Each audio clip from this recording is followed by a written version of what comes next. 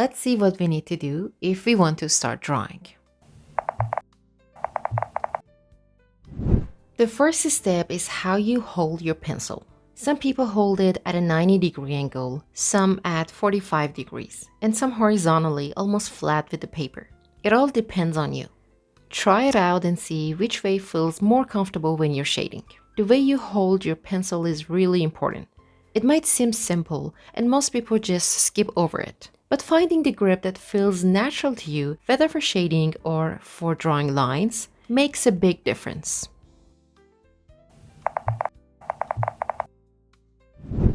Now let's see what drawing actually means. In the previous video, we talked about the elements of art. And we said that among the 7 elements, 3 are the most important: line, shape, and form. I'll leave the link to that video right up here. What is line? A line is a path or mark created by a moving point, and as we said before, a line can have many types. A shape is basically a line that creates a 2-dimensional figure, like a rectangle, triangle, or circle. These are shapes. And what is a form? When a shape becomes 3-dimensional, it turns into a form.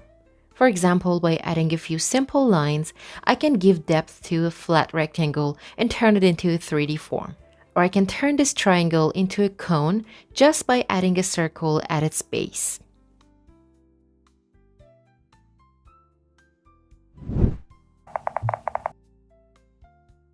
Now I want to talk about contrast. What does contrast mean? The word contrast actually comes from French, and it means separation. It is the difference between the lightest tone and the darkest tone. Many people want to learn how to draw, but they completely ignore contrast. One of the greatest masters who was really professional in using contrast was Rembrandt. Why contrast matters? For example, let's take this simple rectangle again and draw it one more time. We're turning it into a 3D shape.